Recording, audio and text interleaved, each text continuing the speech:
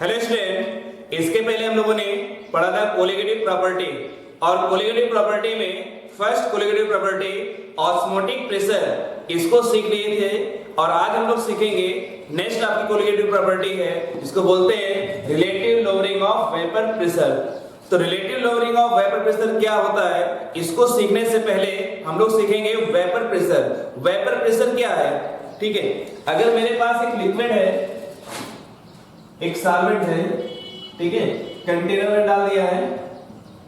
अब देखिए ये हो गया लिक्विड। उसके बाद क्या हो जाएगा, इसके जो मॉलिक्यूल्स हैं, ठीक है, आप जानते हो लिक्विड के जो मॉलिक्यूल्स होते हैं मोशन करते रहते हैं, पर उनका एरिया क्या होता है, फिक्स होता है। इस लिक्विड के अंदर ही मोशन करेंगे, पर जो आपका पार्टिकल यहाँ किनारे पर आ जाता है, सरफेस में आ जाता है, और यहाँ से क्या हो जाएगा, ऊपर निकल सकता है, ठीक, आपस में कोलाइजन के कारण। जिसका कोलाइजन हो जाएगा तो कन्वर्ट हो जाएगा वेपर में। तो देखिए लिक्विड कन्वर्ट होता है किसमें, वेपर में। बहुत धीमे धीमे, इकट्ठा नहीं हो जाता कि बहुत तुरंत हो जाए। सपोज करिए एक मेरे पास ग्लास है, उसमें रख दिया मैंने वाटर, तो वाटर क्या होगा, इवेपोरेट होगा। पर ये प्रोसेस क्या होगा, बहुत ही स्लो होगा, ठीक है। अगर हम इसको हीट कर देते, जैसे टेम्परेचर इंक्रीज करेंगे, वैसे जो इवेपोरेशन की प्रोसेस है वो क्या हो जाएगा, इंक्रीज हो जाएगा, ठीक है। खैर, अब मैंने क्या किया कि जो फ्लास्क था जिसमें वाटर रखा हुआ है, इसे एक गैस जार से कवर कर दिया। अब देखो यहां से इसकी वेपर बनेगी, पहले हो जाएगा, ये वेपर ऊपर जाएंगे और इस यहां पर क्या करेंगे, स्ट्राइक करेंगे। जैसे स्ट्राइक करेंगे तो ये कन्वर्ट हो जाएगा किसमें, लिक्विड में। तो लिक्विड से वेपर और वेपर से लिक्विड बन रहा है यहां पर, ठीक है, यानी वेपर और फिर से यहां पर ये प्रोसेस बन रहा है किसमें, लिक्विड में। तो मैं कह सकता हूं ये एक रिवर्सिबल प्रोसेस है। तो एक रिएक्शन हो रही है, लिक्विड से वेपर बन रहा है, और दूसरा क्या है, वेपर से लिक्विड बन रहा है, ठीक है। तो देखिए, तो जो ये फॉरवर्ड रिएक्शन हो गई, दूसरी कैसी है, बैकवर्ड रिएक्शन। तो इसकी यानी लिक्विड से वेपर बनने की इसकी जो रेट है, और फिर वेपर से लिक्विड बनने की रेट, ये एक ऐसी कंडीशन आएगी कि दोनों क्या हो जाएंगे, इक्वल हो जाएंगे। और हम लोग जानते हैं, फर्स्ट ईयर हम लोग सीख चुके थे equilibrium, rate of forward reaction equal to rate of backward reaction. जब दोनों रिएक्शन जो होती है, बैकवर्ड और फॉरवर्ड रिएक्शन जो होती हैं, अगर ये इक्वल हो जाती है तो उस स्टेट को हम क्या बोलते हैं, इक्विलिब्रियम, ठीक है। तो इसको रख दे रहा हूं, तो मैं सीधा कह सकता हूं किसी भी लिक्विड का, लिक्विड और उसकी वेपर के इक्विलिब्रियम फेज पर जो आपका इस वेपर का प्रेशर होगा, ठीक है, उसे क्या बोलते हैं, वेपर प्रेशर बोलते हैं। आप जानते हो कि जिस लिक्विड की वेपर जितनी ज्यादा बनेगी, उसका वेपर प्रेशर क्या होगा, उतना ही ज्यादा होगा। सिंपल तरीके से हो सकता है। तो वेपर प्रेशर को मैं लिख सकता हूं,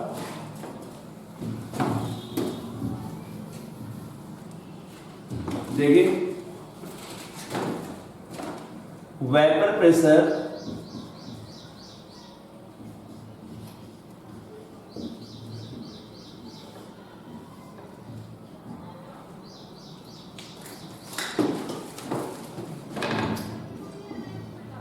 the pressure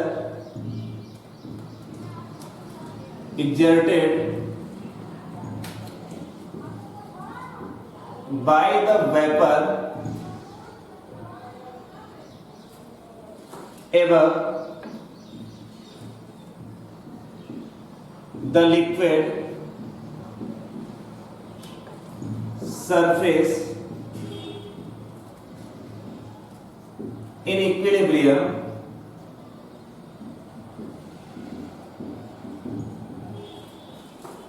with the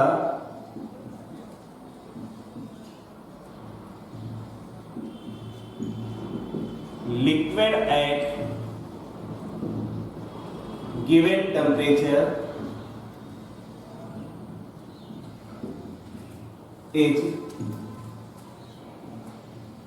called vapor pressure, ठीक है। कि मेरे पास जो लिक्विड है, लिक्विड इसकी इक्विलिब्रियम यानी इसके वेपर होगी। लिक्विड और वेपर की इक्विलिब्रियम फेज पर जो आपका प्रेशर एक्सर्टेड करेगा उसे क्या बोलते हैं, वेपर प्रेशर। तो मैं लिख सकता हूं the pressure exerted by the vapour pressure above the liquid surface in equilibrium with the liquid at given temperature is called vapour pressure. ठीक है। अब जो वेपर प्रेशर है, अगर हम देखते हैं कि मेरे पास कोई भी सॉल्वेंट है, तो सॉल्वेंट का जो वेपर प्रेशर है और उसमें अगर मैं सॉल्यूट मिला दूं, ठीक है, तो क्या हो जाएगा, अगर मेरे पास, ठीक है, कोई सॉल्वेंट है तो इस सॉल्वेंट में कुछ ना कुछ वेपर प्रेशर होगा, यानी इसकी वेपर बनेगी, और जो वेपर बनेगी उसका जो प्रेशर होगा उसमें क्या बोलूंगा, वेपर प्रेशर। सपोज करो इस सॉल्वेंट क्या लिख दिया, वेपर प्रेशर P0 लिख दिया। उसके बाद मैंने क्या किया, इसमें एक सॉल्यूट मिक्स कर दिया। तो सॉल्यूट मिक्स करने पर क्या होगा, ठीक है, सॉल्यूट ने क्या किया, अब सॉल्यूट भी दो टाइप से हो सकता है, यानी सॉल्यूट वोलेटाइल सॉल्यूट भी हो सकता है और नॉन वोलेटाइल सॉल्यूट हो सकता है, यानी ऐसा सॉल्यूट मिला दिया जो इवेपोरेट खुद हो रहा है, ठीक है, और दूसरा है कि वो इवेपोरेट ना हो। जैसे अगर मैंने क्या किया, इस वाटर मैंने मिक्स कर दिया एथिल अल्कोहल, तो एथिल अल्कोहल भी क्या होता है, इवेपोरेट होता है। तो एथिल अल्कोहल कैसा है, वोलेटाइल आपका सॉल्यूट है। अगर इसे मैंने साल्ट मिला दिया तो साल्ट कैसा है, नॉन वोलेटाइल सॉल्यूट है। तो ऐसे जो साल्ट है इवेपोरेट होता नहीं है, और ये क्या करेगा कि जो वाटर यानी जो सॉल्वेंट है उसके भी पार्टिकल को इवेपोरेट होने से क्या करेगा, रोकेगा, जिससे क्या हो जाएगा, इवेपोरेशन कम बनेगा, और इवेपोरेशन कम होगा तो उसका वेपर प्रेशर भी क्या हो जाएगा, कम हो जाएगा। तो यानी इस सॉल्यूशन का अगर मान लो वेपर प्रेशर कितना है, PS है, तो PS is less than P0, यानी जो सॉल्वेंट का वेपर प्रेशर होगा वो क्या होगा, आपका ज्यादा होगा। और जितनी डिक्रीजिंग हुई है, यानी सॉल्यूट मिलाने के बाद जो डिक्रीजिंग हो गई है, मान लीजिए मेरे पास कोई सॉल्वेंट है और उस सॉल्वेंट में क्या कर रहा हूं, सॉल्यूट मिला रहा हूं, तो सॉल्यूट मिलाने पर उसकी वेपर प्रेशर में क्या हुई, डिक्रीजिंग हुई। तो इस डिक्रीजिंग को हम क्या बोलते हैं, इस डिक्रीजिंग बोलते हैं लोअरिंग ऑफ वेपर प्रेशर। ठीक है, तो मैं लिख सकता हूं the difference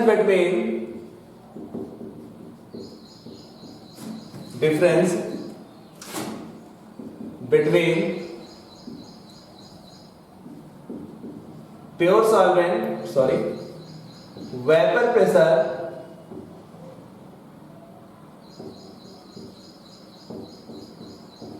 of pure solvent P0 and vapor pressure of solution PS is called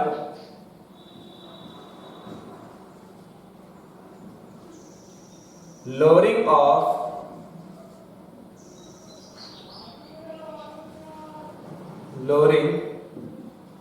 in vapor pressure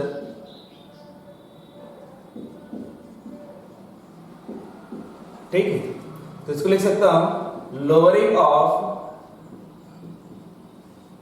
in vapor pressure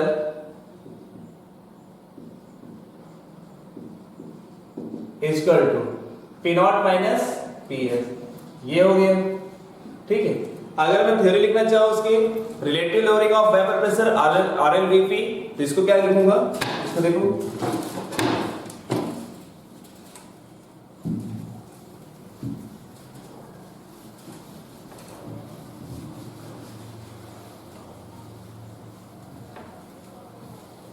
देखिए, तो relative lowering of vapour pressure क्या है, रिलेटिव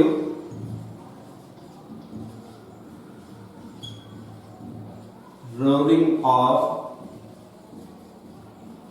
वेपर प्रेशर, ठीक है। इसको आप शॉर्टकट में क्या लिखोगे, RLVP,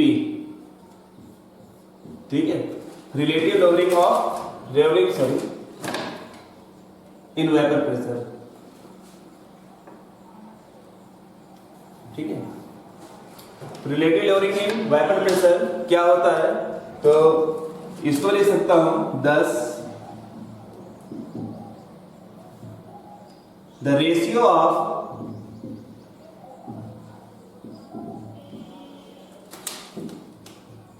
lowering in vapour pressure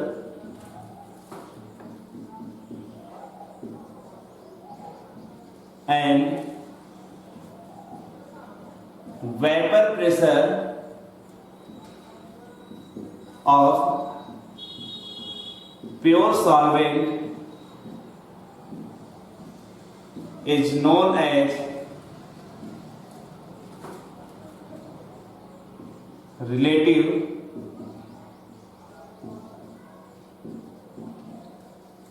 lowering of vapor pressure। ठीक है ना, तो मैं लिख सकता हूं इसको RLVP is equal to P nought minus PS upon P nought. ये क्या हो गया हमारा relative lowering of vapour pressure.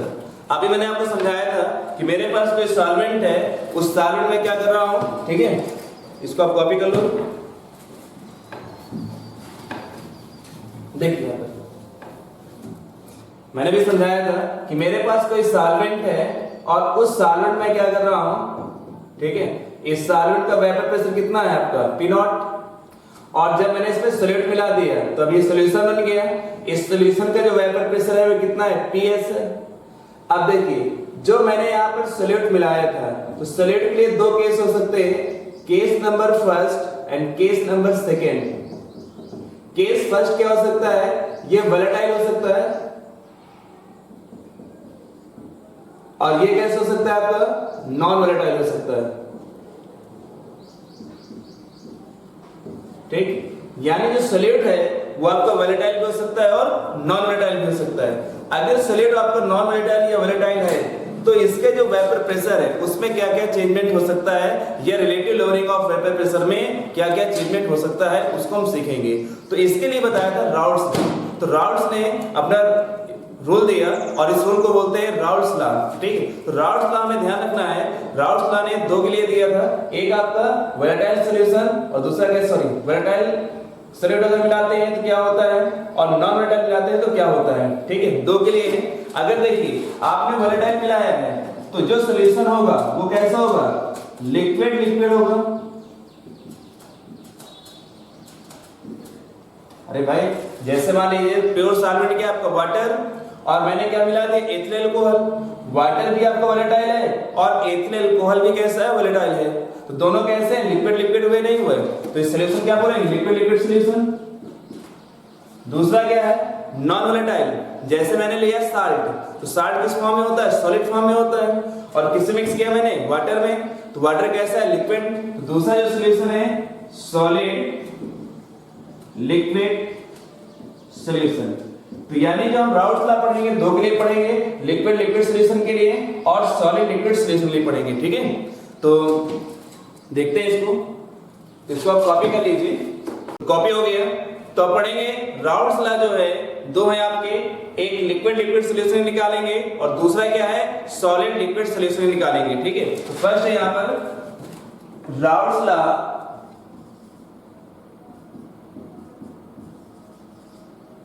For liquid liquid solution.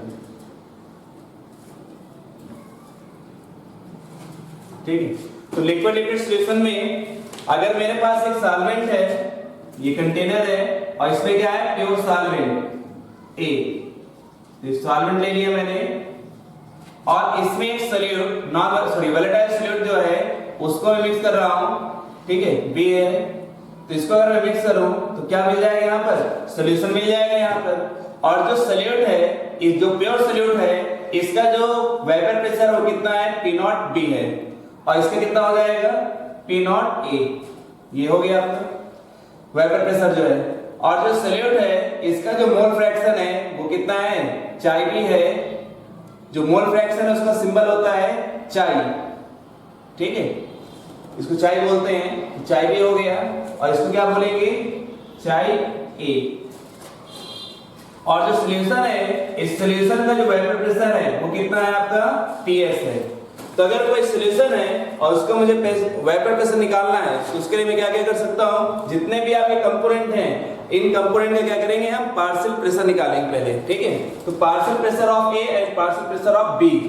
ठीक है, दोनों कंपोनेंट निकाल देते हैं। तो partial pressure P nought A sorry P A equal to मैं क्या लिख सकता हूं, पी नॉट ए डॉट चाई ए, और दूसरा जो कंपोनेंट है उसके निकालो तो P nought P A P B equal to P nought B dot chi B. ये हो गया फर्स्ट के। हम लोगों ने पढ़ा था गैस स्टेट, तो गैस स्टेट में पढ़ा था एक रूल डाल्टन्स लॉ।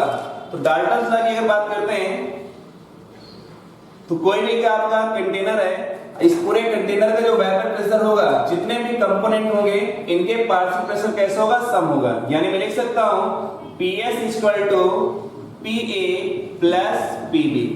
PA और PB की वैल्यू यहां से रख देंगे तो PS इक्वल टू लिख सकता हूं P not A dot chi A plus P not B dot चाई B।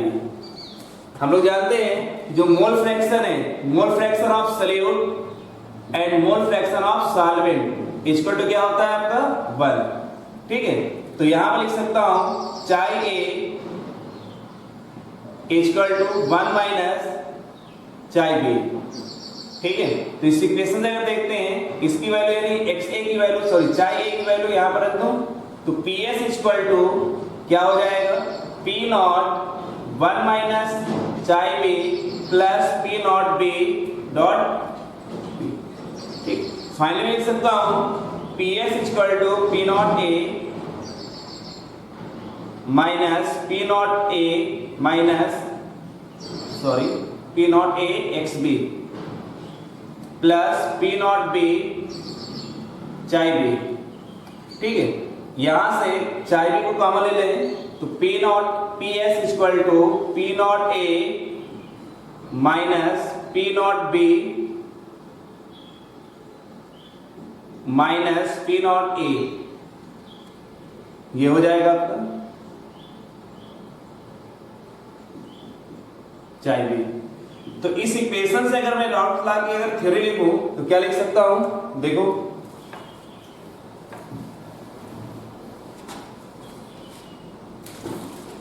लिख सकता हूं यहां पर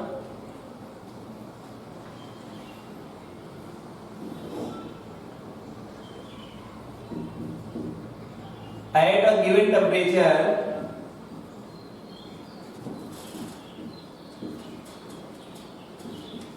for a solution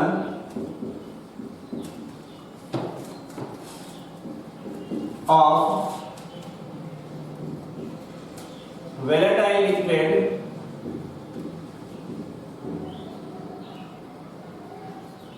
of the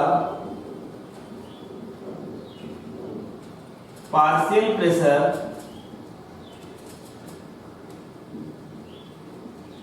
of each component in solution is equal to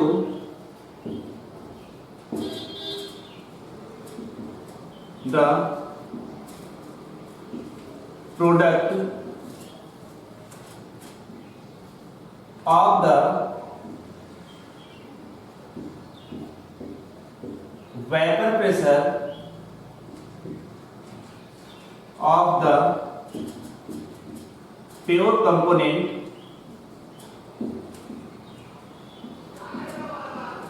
and its mole fraction. तो ये राउल्स लॉ जो है किसके लिए है, ठीक है, लिक्विड लिक्विड सॉल्यूशन के लिए, और दोनों कैसे आपके वोलेटाइल के लिए। तो क्या हो जाएगा, at a given temperature for a solution of a volatile liquid of a partial pressure of each component in solution is equal to the product of the vapour pressure of at pure component and its mole fraction. ठीक है, तो ये हो गया आपका। अब देखिए अगर मैं इसके लिए ग्राफ बनाता हूं तो देखिए यहां पर ये ग्राफ इंपॉर्टेंट है, तो अच्छे समझेंगे कि कई बार मिलेगा हमें। हो गया, ये PA के लिए हो जाएगा और ये किसके लिए हो जाएगा, PB के लिए हो जाएगा। ठीक, तो एक बार चाई A इक्वल टू 1, चाई B इक्वल टू 0, चाहे a इक्वल टू 0 और चाहे b इक्वल टू 1।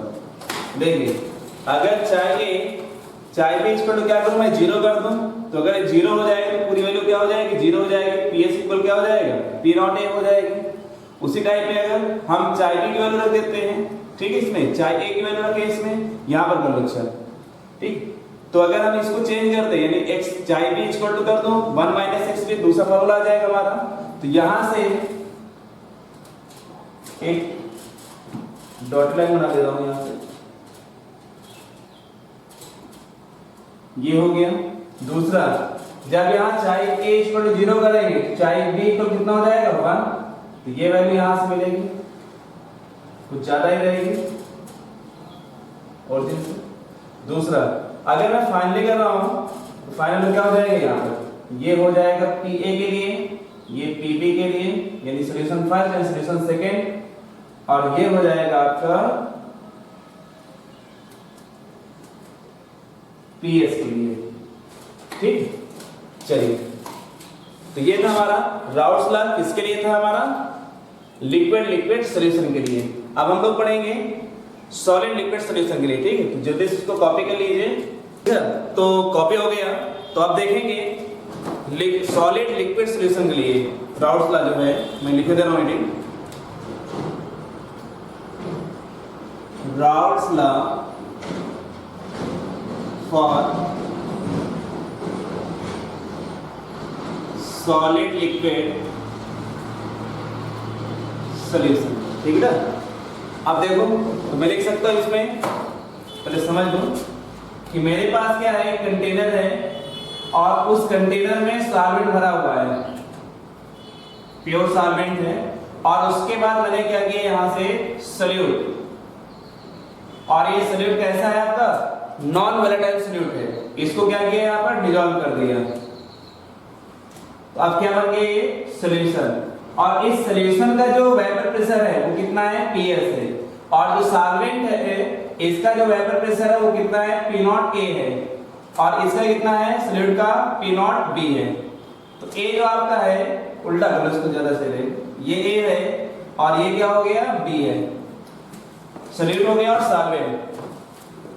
सॉल्यूट कैसा है नॉन वोलेटाइल है, मतलब सॉल्यूट की जो वेपर है वो नहीं बनेगी। अगर सॉल्यूट की वेपर नहीं बनेगी तो सिर्फ किसकी वेपर बनेगी हमारा सॉल्वेंट की, तो यानी वेपर प्रेशर किसका होगा सिर्फ और सिर्फ सॉल्वेंट का होगा, सॉल्यूट का नहीं होगा, ठीक है। तो देखो तो मैं लिख सकता हूं इसमें the partial vapour pressure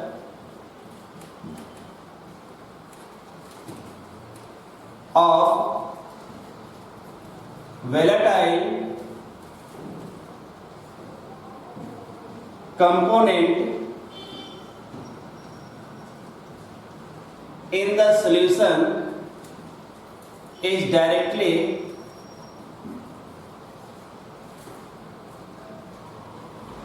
proportional to the mole fraction in it, ठीक है। तो अभी इसके पहले हम लोगों ने एक फार्मूला पढ़ा था, PA partial pressure of solute A component A मैं कह सकता हूं, तो हो जाएगा P not A dot chi A PB equal to P not B chi B, ठीक है। तो total partial pressure of solution equal to P not A chi A P not B chi B, ये था आपका। और अगर जो solute है तो सॉल्यूट जो है इसकी वेपर नहीं बनना है, तो वेपर नहीं बन रही है, तो इसका मतलब है इसका क्या हो P नॉट A कितना हो जाएगा 0। तो मैं लिख सकता हूं यहां पर PS equal P not B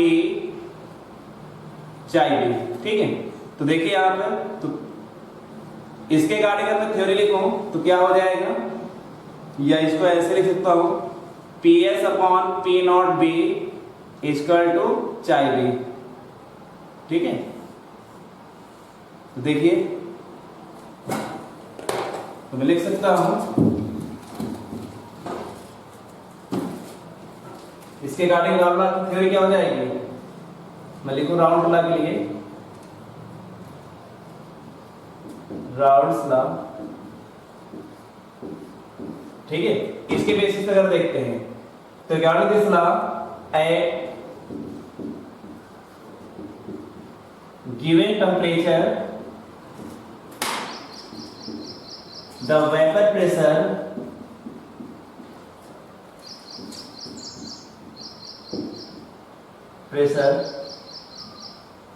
of a solution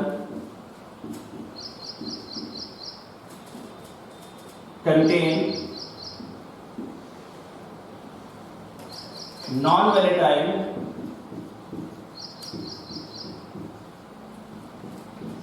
solute is directly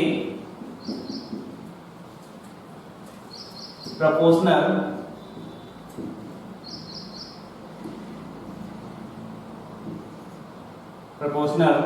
to mole fraction of solvent, ठीक है। तो मैं लिख सकता हूं यहां पर P nought S upon P not B equal to चाहिए हो जाएगा, अभी तो यहाँ लिखा ही था, ठीक। अब देखो अगर हम यहाँ पर राउल्स लॉ का जो मॉडिफाइड प्रूफ है उसको अगर हम पढ़ते हैं, क्योंकि कारण ये है कि जब हम लोग थ्योरी यूज करते हैं तो राउल्स लॉ का सिर्फ मॉडिफाइड जो फार्मूला है, ठीक, या फॉर्म है उसी हम यूज करते हैं तो कंफ्यूजन हो जाता है ये आया कहाँ से कैसे आ गया, ठीक है। तो ये अब कॉन्सेप्ट आपका क्लियर है। तो अब देखिए यहाँ पर मैं इसको रब कर दे रहा हूँ,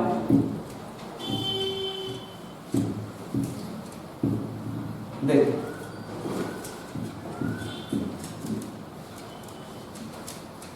अब देखो बेटा यहाँ पर अभी मैंने फार्मूला लिखा था PS upon P not A P not B equal to chi B, ये लिखा था, ठीक है। अब देखो अगर यहीं से मैं एक नया फार्मूला बनाऊं, इसका मॉडिफाइड प्रूफ देखता हूं तो क्या लिख सकता हूं, यहां पर ये चाई B लिखा है तो 1 से माइनस कर दो, 1 minus PS upon P not B equal to 1 minus chi B, ये लिख दिया। अब देखो अगर मैं इसको सॉल्व करूं तो क्या हो जाएगा, P not B minus PS upon P not B, ये हो गया इक्वल टू, इसकी जगह क्या लिख सकता हूं, mole fraction of solute and mole fraction of solvent, कितना हो जाएगा यहाँ पर 1, sum of mole fraction of solute and mole fraction of solvent equal to कितना होता है 1 होता है। तो देखिए यहाँ पर, तो यहाँ पर मैं लिख सकता हूँ XA equal to 1 minus XB, sorry chi B, ये लिखा जा सकता है। तो देखिए यहाँ पर इस वैल्यू की जगह में मैं क्या लिख दूं, यहाँ पर चाई A लिख दूं, चाई A हो गया। और यहाँ पर ये है क्या, देखो P not B minus PS upon P not D, अभी हम लोगों ने पढ़ा था P nought minus PS upon P not, इसको हम लोग क्या बोलते हैं, relative lowering of vapour pressure, ठीक है। P nought minus PS difference between vapor pressure of solvent and vapor pressure of solution is known as lowering of vapor pressure, and the ratio of lowering of vapor pressure and vapor pressure of pure solvent is known as relative lowering of vapor pressure, ये है। तो मैं यहाँ से एक नई theory आ जाएगी यहाँ पर कि relative lowering of vapor pressure is directly proportional to किसके होता है आपका, मोल फ्रैक्शन ऑफ सोल्यूट। ये किसका रूप है, हमारा राउल्स लॉ का मॉडिफाइड रूप है। तो लिख देता हूँ यहाँ पर, तो मॉडिफाइड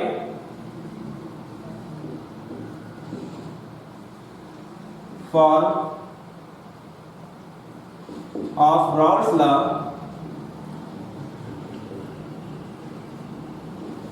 ठीक, तो इसको हमें ध्यान रखना है। देखिए तो मैं लिख सकता हूं the relative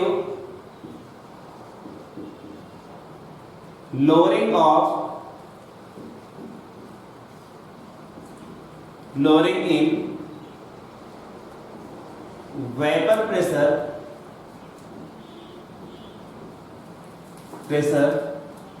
containing pressure of an ideal solution containing the non-volatile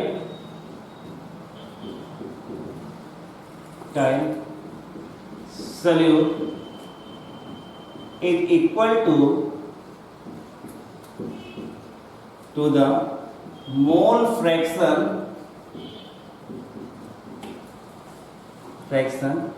of solute। ठीक है, ये थ्योरी कौन सी है? अब आपके मन में आ रहा है कई सारी थ्योरी आपने बता दी है। तो पहली थ्योरी मैंने राउल्स लॉ की बताया था, लिक्विड यानी जो सॉल्यूट है अगर मान लीजिए वोलेटाइल का है तो उसके लिए थ्योरी कौन सी थी उसको उन्होंने सीखा था।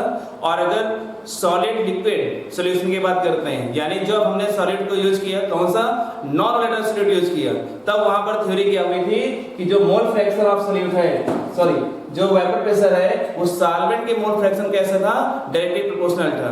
ठीक, तो एक नया फार्मूला उन्होंने डिस्कस किया P0 - PS / P0 equal to चाय A यानी मोल फ्रैक्शन ऑफ सॉल्यूट। तो इसके अकॉर्डिंग जो मॉडिफाइड फॉर्म है राउल्स लॉ का तो उसमें हम क्या लिख सकते हैं देखिए यहां पर the relative lowering in vapour pressure of an ideal solution containing the non volatile solute is equal to the mole fraction of solute. यानी जो लोअरिंग ऑफ वेपर प्रेशर है तो मैं क्या लिख सकता हूं P0 - PS / P0 equal to यहां पर हो जाएगा चाय A। ठीक, तो यहां पर मैं क्या लिख सकता हूं P0 - PS तो वेयर P0 क्या है हमारा वेपर प्रेशर ऑफ सॉल्वेंट और PS क्या है वेपर प्रेशर ऑफ सॉल्यूशन और चाय A क्या है मोल फ्रैक्शन ऑफ सॉल्यूट है। ठीक है, तो अब देखिए इसके फार्मूले से हम न्यूमेरिकल सॉल्व करते हैं तो फार्मूले को हम अच्छे से समझेंगे क्योंकि इसके भी कई सारे फॉर्म है और कंडीशन है तो कंडीशन को ध्यान रखना है क्योंकि राउल्स लॉ जो है देखो यहां पर P0 - PS / P0 equal to मैं लिख सकता हूं small n plus capital N। ये हो गया। राउल्स लॉ जो है वो डाइल्यूट सॉल्यूशन के लिए क्या होता है वेरिएबल होता है यानी डाइल्यूट सॉल्यूशन के लिए तो फॉलो करता है पर अगर कंसंट्रेट सॉल्यूशन अगर हुआ तो वहां पर राउल्स लॉ फॉलो नहीं करता है। ठीक है, तो यहाँ पर जो डाइल्यूट है डाइल्यूट के हम जानते हैं कि जो सॉल्यूट का अमाउंट होता है वो क्या होता है कम होता है। मान लीजिए कि जो सॉल्यूट का अमाउंट है बहुत ही कम है। ठीक है, हम क्या करेंगे यहाँ पर small n plus capital N approximately equal to मैं क्या लिख दूं यहाँ पर n की वैल्यू क्या है बहुत ही कम है। मैं लिख सकता हूँ जो n की वैल्यू है वो क्या है आपका बहुत ही कम है लेस देन 1 तो मैं क्या लिख सकता हूँ यहाँ पर n + 1 इक्वल टू क्या हो गया n। ठीक, तो नया फार्मूला मेरे पास मिल गया P0 - PS / P0 equal to small n / capital N या मैं लिख सकता हूँ small w / small m / capital W / capital N या मैं लिख सकता हूँ small w / small m into capital M / capital W। तो ये फार्मूला है। जब भी हम न्यूमेरिकल करेंगे तो न्यूमेरिकल करने में हम इस फार्मूले का यूज करते हैं। अब यहां से थोड़ी गलती होती है हम लोगों से। ठीक है, क्या गलती होती है क्योंकि राउल्स लॉ यहां जो बताया गया है कि राउल्स लॉ डाइल्यूट सॉल्यूशन के लिए है यानी अगर क्वेश्चन में लिखा हुआ है कि डाइल्यूट सॉल्यूशन है तो डाइल्यूट सॉल्यूशन में हम इस फार्मूले का यूज कर लेंगे। भाई ये तो वेपर प्रेशर ऑफ सॉल्वेंट दिया होगा वेपर प्रेशर ऑफ सॉल्यूशन दिया होगा ठीक number of moles of solute दिया होगा मोल्स ऑफ सॉल्वेंट तो ये 1 2 3 4 फैक्टर है इनमें से कोई 3 वैल्यू दी होगी और चौथे निकालने के लिए पूछ लेगा। पर ध्यान रखना है अगर सॉल्यूट डाइल्यूट सॉल्यूशन दिया है तभी हम इस फार्मूले का यूज करेंगे। अगर मान लीजिए डाइल्यूट सॉल्यूशन नहीं दिया है और इस फार्मूले का यूज कर लें तो क्या हो जाएगा आंसर गलत आ जाता है। ठीक, तब हम क्या करेंगे वहां पर यानी अगर नहीं दिया तो हम डायरेक्टली क्या करते हैं इसी फार्मूले का यूज कर लेते हैं। पर अगर हर जगह हम इस फार्मूले का यूज करेंगे तब भी आंसर गलत आ जाता है। तो हमारे पास एक ऐसा फैक्ट होना चाहिए कि जिसमें क्योंकि आईआईटी में जो क्वेश्चन पूछे गए थे 1-2 बार तो उसमें यही कंफ्यूजन था क्योंकि इस फार्मूले का अगर आप राइट करते थे उसका आंसर नहीं आ रहा था और इस फार्मूले को लगाने से उसका आंसर आ रहा था। तो आखिरकार अगर डाइल्यूट के लिए है हम आगे फार्मूला प्रूव कर रहे हैं तो डाइल्यूट के लिए हमें सही लाना चाहिए था। ठीक है, पर यहाँ पर इस फॉर्मूले कैसे आंसर आ गया। तो ये ऐसी समस्या रहेगी, क्वेश्चन में ध्यान देना पड़ेगा। अगर क्वेश्चन उसने कह दिया डाइल्यूट सॉल्यूशन तो आप इस फॉर्मूले लगाकर आंसर निकाल सकते हो, कोई दिक्कत नहीं होगी। पर अगर क्वेश्चन उसने डाइल्यूट सॉल्यूशन नहीं कहा है तो अब हम क्या करेंगे, कौन सा फॉर्मूला लगाएंगे। तो उसके लिए हम क्या करेंगे, नया फॉर्मूला देखो बनाते हैं, ठीक है। और जो हमेशा ही काम करेगा वो चाहे डाइल्यूट हो चाहे कंस्टेंट के लिए हो। देखो बेटा यहाँ पर तो मैं लिख सकता हूँ यहाँ पर इस फॉर्मूले से equation first from equation first, ठीक। तो यहाँ लिखा हुआ है P nought minus P S upon P nought equal to small n upon small n plus capital N. तो मैं इसको लिख दूं P nought minus P nought minus P S equal to small n plus capital N upon small n, ठीक है। तो इसको मैं लिख सकता हूं 1 plus capital N upon small N, ये आ गई वैल्यू, ठीक है। अब देखो 1 को मैं इधर ले आऊं तो क्या हो जाएगा, P nought upon P nought minus P S minus 1 equal to small n upon capital N upon क्या हो जाएगा, स्मॉल एन, ठीक है। तो देखो अगर मैं इसको सॉल्व करता हूं तो नीचे ऊपर चला जाएगा तो क्या हो जाएगा, P nought minus P not plus P S upon P nought minus P S, ये हो गया। अब देखो यहां से तो ये कैपिटल एन अपॉन क्या हो गया, स्मॉल एन। P नॉट से P नॉट कैंसिल हो गया तो मिला के, और इसको हम फिर से उल्टा कर दें तो मैं लिख सकता हूं और करके P nought minus P S upon P nought equal to small n upon capital N. तो ये फाइनली आपको एक फार्मूला मिल गया। इस फार्मूले को हम यूज करेंगे तो आसानी से, यहां पर PS होना चाहिए, PS क्योंकि बचा है। तो इस फार्मूले का यूज करके हम आसानी से क्या कर सकते हैं कि जो न्यूमेरिकल है उसको सॉल्व कर लेंगे और उसमें कोई गलतियां नहीं होंगी, ठीक। अब ये फार्मूला है, हमेशा नहीं लग सकता है, सिर्फ कहां लगेगा, डाइल्यूट सॉल्यूशन के लिए। इस फार्मूले को भी हमारे हर जगह नहीं लगा सकते हैं, ठीक। तो इसमें फाइनली आपका फार्मूला है P nought minus P S upon P S equal to small n upon capital N. जहां पर क्या है आपका, इसको रख कर दे रहा हूं, P नॉट क्या है आपका, वेपर प्रेशर ऑफ सॉल्वेंट, ठीक। PS क्या है आपका, vapour pressure of solution, and small n क्या है, mole of solute, capital N क्या है, मोल ऑफ सॉल्वेंट, ठीक। स्मॉल W क्या है, mass of solute, small m molar mass of solute, capital W mass of solvent, and capital M equal to molar mass of solvent, ठीक। तो ये Raoult's law है, तो राउट्स लॉ बहुत important law है और इसके न्यूमेरिकल जरूर पूछे जाते हैं, ये कंफर्म है, ठीक है। तो इसमें हमें क्या करना है, कॉन्सेप्ट क्लियर होना चाहिए। हमेशा केमिस्ट्री में हम कई बार समझा चुके हैं, केमिस्ट्री थ्योरिकल सब्जेक्ट नहीं है, ये कॉन्सेप्चुअल और लॉजिकल सब्जेक्ट है, इसलिए कॉन्सेप्ट क्लियर होने चाहिए। कॉन्सेप्ट में बताया क्या गया है, आप रटना शुरू कर दोगे बिल्कुल नहीं आएगी, आप समझोगे तो हमेशा आ जाएगी, ठीक। और कभी भूलेगा भी नहीं, क्योंकि आपने उसको समझ लिया है, सीख लिया है। जैसे आप मोटरसाइकिल है, स्कूटी है, क्या चलाना कभी भूल जाते हो क्या? अगर एक बार चलाने लगते हो तो हमेशा चला लेते हो, अगर 10 साल नहीं भी चलाओगे तब भी चला लोगे। तो क्यों ऐसा होता है? कारण है कि आपने उसको सीखा है, ठीक, रटा नहीं है। अगर आप इसे केमिस्ट्री को समझेंगे तो ये हमेशा याद रहेगा, समझ में आएगा, ठीक। क्या उसका कांसेप्ट था। अब इसके जब न्यूमेरिकल करेंगे तो कई बुक्स हैं, अलग अलग न्यूमेरिकल करोगे तो लगेगा बहुत सारे न्यूमेरिकल हम कितने करेंगे, तो बहुत सारे न्यूमेरिकल करने से सॉल्यूशन नहीं मिलेगा। हमें क्वेश्चन करने का तरीका, उसका कॉन्सेप्ट, क्यों पूछा गया क्वेश्चन और क्या पूछा गया है और किससे रिलेटेड क्वेश्चन है, उसका कॉन्सेप्ट क्या है, तब हम उसको कर पाएंगे, अन्यथा बिल्कुल नहीं कर पाएंगे, ठीक है। चलिए अच्छा, तो इसको आप कॉपी करेंगे जल्दी से। तो हम पढ़ेंगे, इसमें एक वर्ड आया था आइडियल सॉल्यूशन, ठीक है।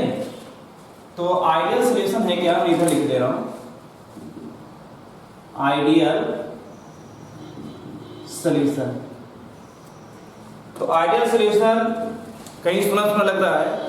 आइडियल गैस पढ़ी हम लोगों ने फर्स्ट ईयर में। तो आइडियल गैस और आइडियल सॉल्यूशन क्या दोनों एक ही हैं कि अलग अलग है? तो पहली चीज तो दोनों अलग अलग है। और आइडियल गैस हमने पढ़ा था कि आइडियल गैस कोई गैस नहीं होती, आइडियल गैस एक हाइपोथेटिकल स्टेट होती है, यानी उस स्टेट में जो भी गैस पहुंच जाती है वो आइडियल गैस हो जाती है।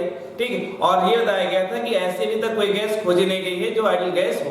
ठीक है, पर आइडियल सॉल्यूशन है। तो आइडियल सॉल्यूशन और आइडियल गैस, जब आइडियल गैस के लिए बताया था तो आइडियल गैस में क्या था, बायस और चार्ल्स के रूल का कंप्लीटली फॉलो करती हूँ, उन्हें क्या बोलते हैं, आइडियल गैस बोलते हैं। यहाँ पर बायल वांट हाफ और चार्ल्स वांट हाफ रूल नहीं आएगा। ठीक है, अब यहाँ पर रूल क्या है कि ऐसे लिक्विड यानी ऐसे सॉल्यूशन जो राउल्ट्स के नियम का, जो राउल्ट्स लॉ है उसको कंप्लीटली ओबे करे, उसे हम क्या बोलते हैं, आइडियल सॉल्यूशन बोलते हैं। ठीक है, और राउल्ट्स लॉ हम जानते हैं, पढ़ाई मैंने कि राउल्ट्स लॉ क्या होता है, तो मैं इसकी थ्योरी क्या लिख सकता हूं, according to theory an ideal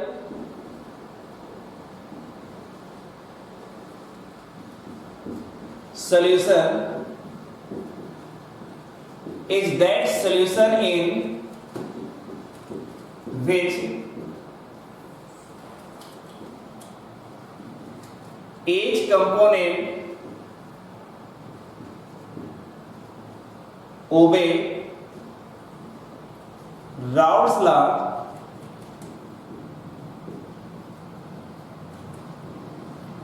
under all condition of temperature and concentration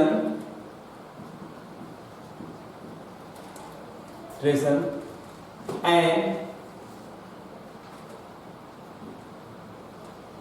ideal solution condition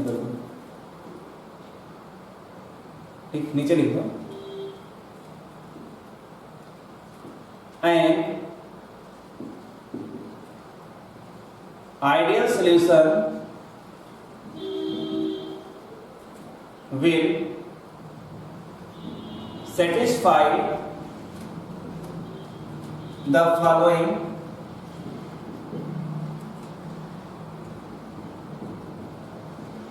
condition. ठीक, अब देखो जो आइडियल सॉल्यूशन है वो क्या करता है, राउल्ट्स लॉ को कंप्लीटली क्या करेगा, ओबे करता है। ठीक, दूसरी दो कंडीशन और इसकी हैं, मतलब ऐसा नहीं है कि सिर्फ राउल्ट्स लॉ को फॉलो करे और वो आइडियल सॉल्यूशन हो जाए। First condition delta H equal क्या हो, 0, एंड सेकंड कंडीशन है डेल्टा V इक्वल क्या है, 0।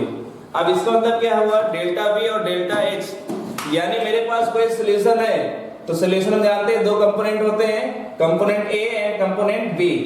अगर मैं AB को मिलाता हूं तो क्या होना चाहिए, डेल्टा H इक्वल 0, यानी जो सॉल्यूशन मेरा बना हुआ है वो सॉल्यूशन कंप्लीटली ओबे तो करे इसका, राउल्ट्स लॉ का। सेकंड कंडीशन ये है कि जो डेल्टा H की वैल्यू क्या हो, 0।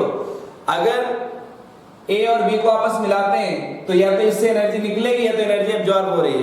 अगर एनर्जी निकल रही है, ये एनर्जी एब्जॉर्ब हो रही है, ठीक है, तो यहाँ पर ये आइडियल सॉल्यूशन नहीं होगा क्योंकि डेल्टा H पर क्या होना चाहिए, 0।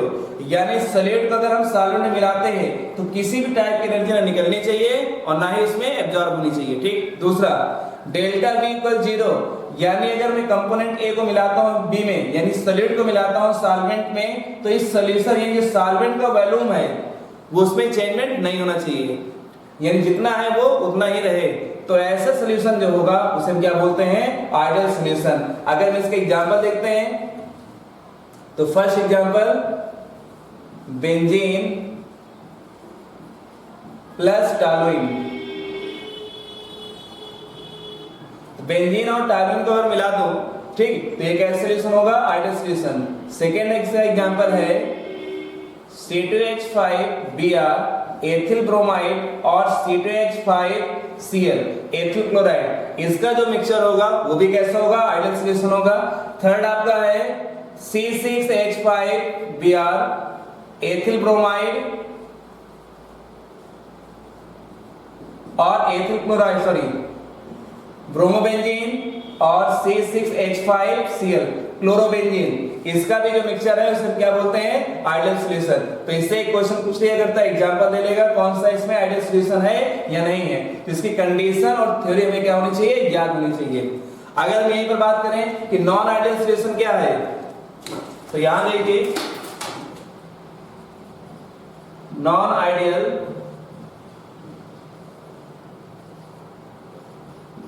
सॉल्यूशन, तो मैं क्या लिख सकता हूं नॉन आइडियल सॉल्यूशन में, a solution which does not obey Raoult's law is called non-ideal solution। यानी ऐसे सॉल्यूशन जो राउल्ट्स लॉ का कंप्लीटली फॉलो नहीं कर रहे हैं उसे क्या बोलते हैं, नॉन आइडियल सॉल्यूशन बोलते हैं। ठीक है, तो इसे आप कॉपी करें जल्दी से। तो कॉपी हो गया, तो बस आज के लिए इतना ही। इसके बाद हम नेक्स्ट टॉपिक सीखेंगे। बस हमें ध्यान रखना है कि केमिस्ट्री में हम याद नहीं करेंगे, रटेंगे नहीं इसको, हम इसको सीखेंगे, क्योंकि केमिस्ट्री थ्योरिकल सब्जेक्ट नहीं है, ये बहुत ही कॉन्सेप्चुअल और लॉजिकल सब्जेक्ट है, इसलिए सीखने का प्रयास ज्यादा करेंगे। तो इसके लिए बस थैंक यू।